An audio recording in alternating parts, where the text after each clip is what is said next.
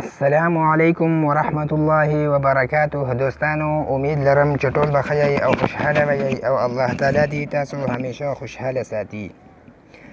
دوستانو، نن انشاءالله زموږ دی سبق نمبر 16.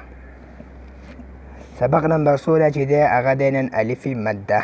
نن به موږ پیژنو چې الفی مده څه ته وایي. نو راځئ چې وایو سبق نمبر 16 الفی مده.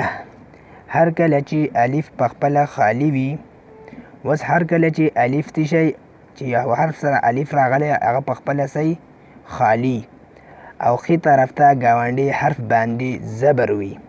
د تاسو کتی شئ اوس با ده، د با سره څه شی تړلی راغلی الف. نو الف باندې څه حرکت نشته، بالکل خالی دی، خو ښي طرف ته دا ګاونډي حرف نه دی با، دی څه دی ګاونډي حرف یې څه شی دی با. په با باندې څه شی دی زبر. وایي چې ښي طرف ته یې ګاونډي حرف باندې زبر وي نو دې ته الف مده ویلی شي. همدغه ټکي ته الف مده به مونږ وایو. په الف مده کې به خوله او اواز بیرته کوو او د یو الف په مقدار به یې راکاږو. با الف زبر دلی جوړ دی او با د دوی روان دی. دا الف مده څنګه چې موږ ولاړ زبر ویل دی د هغې په شانتې دی، هغه موږ د یو الف په مقدار راښکودو، دا به هم د یو الف په مقدار راښکودو، خو هغه ولاړ زبر چې هغه به ولاړ راغلی او دا به د الف سره جوخ راغلی او دا هغه به ښي طرف ته ګاونډي حرف باندې به دې شی زبر وي. نو لکه اوله طریقه صرف جوړ: با الف زبر، تا الف زبر، ثا الف زبر، جیم الف زبر، ح الف زبر، خا الف زبر، دال الف زبر، ذال الف زبر. دویمه طریقه جوړ او روان دواړه: با الف زبر با، تا الف زبر تا، ثا الف زبر ثا، جیم الف زبر جا، ح الف زبر حا، خا الف زبر خا، دال الف زبر دا، ذال الف زبر ذا. دریمه طریقه صرف روان: با، تا، ثا، جا، حا، خا، دا، ذا. اوس مشکل حروف چې دي هغه دي څوارلس: تا، طا، ثا، سا، صا، ذا، زا، ظا، ظا، آ، عا، ها، حا، فا. اوس دا مشق د الف مده.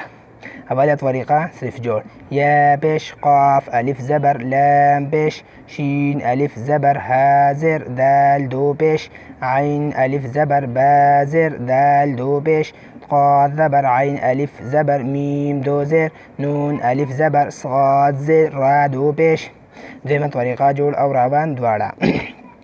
لاندې کرښه به وویو: میم زبر ما، عین الف زبر ع، مع، شین دو زبر شن، معاشن، ح الف زبر ح، میم زر می، حامی، دال دو پیش دون، حامیدون، صاد الف زبر صا، با زر بی، صابی، را دو پیش رون، صابرون، سی زر سی، را الف زبر را، سیرا، جیم دو زبر جن، سراجن، عین زبر ع، ذال الف زبر ذا، عذا، با دو زبر بن، عذابن.